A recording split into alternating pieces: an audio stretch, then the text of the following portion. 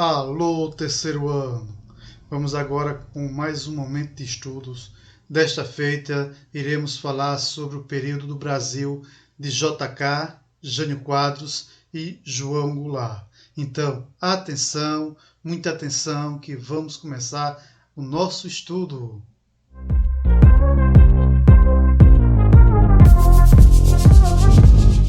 No governo de JK, vamos ter um processo de desenvolvimentismo. Ele vai ter uma pegada nacional, porém vai permitir a entrada de capital estrangeiro, principalmente com a chegada de indústrias multinacionais, principalmente da área de eletrônica e automobilística, não é? Então vamos um pouquinho entender como foi este período do governo de Juscelino Kubitschek. As eleições de 55 estava aquela coligação PSD-PTB, que saiu vitoriosa, que seria justamente Juscelino Kubitschek e vice João Goulart. Assim foram eleitos. E na eleição de 55, a base contrária a esse grupo, que era a UDN, inclusive não queria que eles tomassem posse. Não é? Aquela briga dos perdedores que não aceitam a derrota. Então, em 55, a eleição e Juscelino Kubitschek chega ao poder. Grupos militares e civis mais conservadores, eles tentam impedir essa posse de Juscelino Kubitschek, porque eles veem a figura de JK como uma continuidade do governo de Getúlio Vargas. Então eles de toda forma tentam impedir. Porém, graças ao contragolpe promovido por Marechal Lott, foi garantido a posse de Juscelino Kubitschek em 1956. Lott, que ele vai tentar também, logo após Juscelino Kubitschek, se candidatar a presidente do Brasil, mas vai perder a eleição, justamente por essa sua ligação com o grupo PSD-PTB. Aí a base conservadora vai fazer toda aquela campanha contrária ao general Lott. Em seu governo, Juscelino Kubitschek vai ir na perspectiva do desenvolvimentismo. Nisso, ele vai conseguir unir os interesses dos aliados e dos opositores, mantendo o equilíbrio entre militares, políticos, trabalhadores e estudantes. Assim, ele vai conseguir fazer um período de governança em seu governo. Ou seja, no período que ele vai estar ao poder, ele vai manter equilibrado essas forças contrárias. Algo que seus sucessores não vão conseguir. Unir militares, políticos, trabalhadores rurais e os das cidades. Ou seja, ele vai ser uma política de conciliação, aliado com o desenvolvimentismo. Ele vai estabelecer o que chamamos de plano de metas. Ele vai traçar um governo que vai ser feito em 5 anos aquilo que não foi feito em 50 anos. Vai ser o chamado Brasil 50 em 5. Para isso, ele vai partir do princípio progressista de intervenção planejada do Estado na economia. É claro que ia um pouco contra os princípios liberais, mas ele vai intervir de forma que mantenha o empresariado satisfeito. Logo, ele vai permitir a entrada de empresas multinacionais.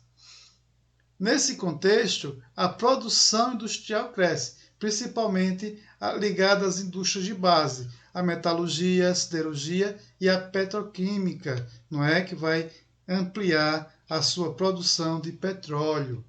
Nesse contexto também vai ter a instalação de empresas multinacionais de bens e consumos.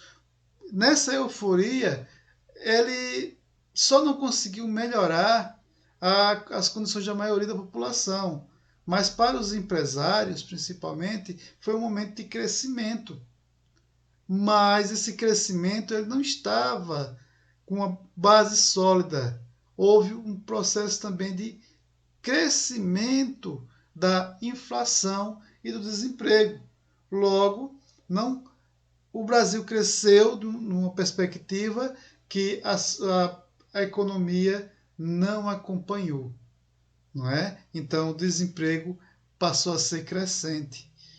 E nesse contexto aí de metas, uma das suas metas seria a construção de Brasília. Ele tinha como objetivo integrar o Brasil a partir de uma área mais central, de uma área mais centralizada. Então ele vai transferir a capital do Rio de Janeiro para o centro do Brasil, não é? Onde vai fundar Brasília, que tratou-se de um projeto ambicioso de Oscar Niemeyer e Lúcio Costa, que em 56 iniciou-se no meio do nada, do centro do Brasil, a construção de Brasília. Em torno dessa cidade vai surgir as cidades satélites. E é bom lembrar que grande parte das pessoas que foram trabalhar na construção de Brasília partiram aqui do Nordeste e eram conhecidos como candangos, não é? Vemos aí algumas imagens de Brasília em seus momentos iniciais, ainda em construção, não é? E ela foi inaugurada em 21 de abril, uma data icônica para a nossa história, de 1960. O Brasil não foi apenas economia, construção, desenvolvimentismo, ele também foi um período em que tivemos grandes avanços culturais. Na música, vamos destacar aí o crescimento do ritmo forró, o rock and roll chegando aqui na nossa região brasileira, o jazz, não é? E em 58 vai surgir um ritmo que vai ser conhecido como bossa nova, não é? Que vamos ter grandes expoentes que vai curtir, que vai desenvolver esse ritmo entre nós na nossa música popular brasileira.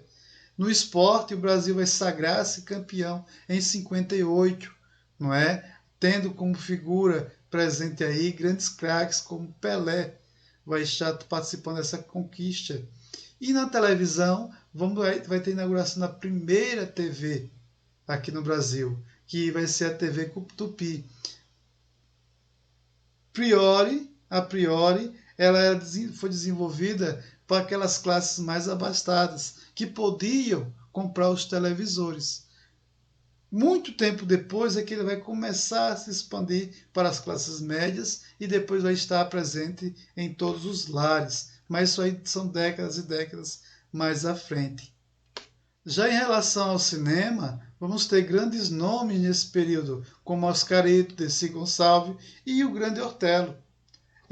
O cinema, que vai ser esse cinema novo, vai ter uma pegada regionalista e vai ser uma busca por enfrentar o cinema estrangeiro, não é? Vai ser uma tentativa de ver a nossa base cultural e transformá-la em cenas cinematográficas. Com o fim do governo de Juscelino Kubitschek, vamos ter o surgimento aí do Jânio Quadros como candidato conservador. Ele estava enfrentando nessa disputa eleitoral o general Ló, que sai perdendo, evidentemente. O general Ló tinha como vice João Goulart. Vale ressaltar que neste período as eleições não se votavam junto para presidente e para vice-presidente, eram escolhidos separadamente. Então foram eleitos um governo conservador, no caso Jânio Quadros, do PDC, Partido Democrático Cristão, com o apoio da UDN, e sendo vice da chapa oposta, João Goulart, como eleito para vice-presidente. Ele prometia, no caso o Jânio Quadros, acabar com a corrupção. A vassoura era sua marca. E acabou conquistando a simpatia da classe média e principalmente dos militares, aonde no seu governo tomou diversas atitudes polêmicas. Antes, vale ressaltar que uma das suas marcas era a vassoura, aonde podemos conferir nessa canção um pouco sobre essa marchinha que imortalizou o seu sua campanha. E em suas atitudes polêmicas como presidente, ele chegou a proibir o uso de biquínis nas praias do Rio de Janeiro. Além disso, ele acaba por proibir o uso do lança-perfume, bem como as corridas de cavalo em dias úteis. Só poderia ter corrida de cavalo nos finais de semana ou feriados. Além dessas atitudes aí, ele uniformizou a forma de vestir dos funcionários do governo. Na economia, ele restringe o crédito, a tomada de crédito, e bem como cancela os subsídios dados às importações. Ou seja, importar ficava um pouco mais difícil. Era uma tentativa de controlar a inflação, que já estava crescente desde o governo anterior. Na sequência, ele congela o salário, que já vinha de um processo de perda salarial já de muito tempo. E essas atitudes que ele toma, cada vez mais o tornam impopular. E numa tentativa de sobrevida, na busca também de agradar a UDN, que apoiou para presidente, mas na política também ele vai ter algumas atitudes controversas às características que ele defendia no governo, como, por exemplo, reatar as relações entre a União Soviética e com a China. Ou seja, ele acaba se aproximando do governo da União Soviética, lembrando que estamos aí numa Guerra Fria, e estando na Guerra Fria, ele ia de encontro, melhor, ele é contrário àquilo que os Estados Unidos queria para o Brasil. Aí foi um certo desafio aí, e que vai minar o seu governo. Outra coisa que também vai fazer minar um pouco o seu governo foi a condecoração entregue a Che Guevara, que foi um dos líderes da Revolução Cubana. Nesse contexto, ele vai ser pressionado por diversos setores, que, numa tentativa de dar uma volta por cima, segundo alguns estudiosos, essa renúncia que em 25 de agosto de 61 foi uma tentativa de que eu vou sair e depois o povo vai me trazer nos braços. Essa tentativa falhou. Ele renuncia, é afastado do governo. Nesse contexto, o seu vice, João Goulart, ele estava em viagem oficial à China. Olha só, para os conservadores isso aí seria uma ameaça. Então vamos fazer uma ligação entre a figura de João Goulart, ou Jango, como queiram chamar, com o comunismo. Sendo desta forma, ele foi proibido de retornar para o Brasil. Já queriam dar o golpe aqui naquele momento. Porém, uma campanha intensa aqui no Brasil, principalmente os partidos de esquerda, buscou trazê-lo para o Brasil, que essa campanha ficou chamada Campanha da Legalidade. Por quê? Ele estava uma visita oficial do Brasil. Ele não foi fazer nada além do que uma visita oficial. Estava representando o Brasil lá. Logo, o Brasil tem reatado as relações com a China. Sendo assim, ele consegue retornar aqui, mas com uma condição, que aceitasse o sistema parlamentarista. Ele aceita, é claro, e esse sistema parlamentarista ele deveria ser escolhido através de um plebiscito, que foi marcado para 1965, aonde o povo escolheria se se seria um governo presidencialista ou parlamentarista. É nesse contexto também que vai ter aquelas tensões sociais em seu governo. A inflação aumentava, os movimentos sociais cresciam, e entre esses movimentos sociais cabe destaque a Liga Camponesa, a qual vemos aqui um dos protestos que buscava melhores condições de trabalho, de vida para o homem do campo. Por outro lado, os conservadores, os membros da igreja, grandes proprietários de terra e grandes empresários também formularam um instituto, que foi o Instituto Brasileiro de Ação Democrática, a qual buscava enfrentar o governo na tentativa de impedir tanto ele de tomar posse quanto ele de governar, a qual seu principal objetivo era tirar Jango do poder. Logo, eles ainda eram perseguidos pelo fantasma do comunismo. E nessa perseguição, eles faziam de tudo, desde comprar deputados, corromper a opinião pública, usar a imprensa para favorecer seus ideais. O plebiscito é antecipado para 1963 e seu resultado vai apontar que a população estava ao lado de Jango. Logo, a maioria, 85% da população, votaram não ao parlamentarismo. É nesse contexto que podemos dizer que, quando houve o golpe de 64, Jango estava na crista da onda ainda, estava com um grande apoio popular, não é? Mas a inflação não dava trégua. Então ele vai criar o que ele chama de plano trienal. Para isso, para que ele possa combater a inflação, ele vai congelar salários e congelar também as despesas do governo. Mesmo assim, isso vai ser insuficiente, mas ele vai ter uma ideia. Ele vai promover o que ele vai chamar de reformas de base. E o povo apoiando essa reforma de base, que previa o voto para analfabeto, estatização de empresas, de serviços públicos, não é?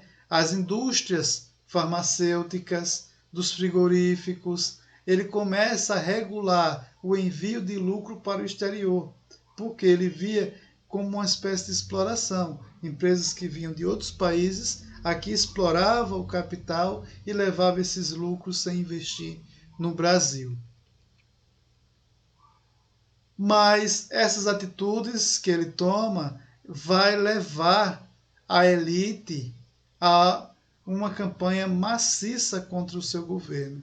As reformas de base vai desagradar essa elite, que temia que aqui fosse implantado o socialismo. É claro que, historicamente falando, o Brasil não tinha espaço para um socialismo ou comunismo naquele período, nunca teve, visto que suas atitudes, muitas delas, eram contrárias à perspectiva comunista, mas eles vão forçar essa oposição a lutar com todas as suas forças para tirar Jango do poder.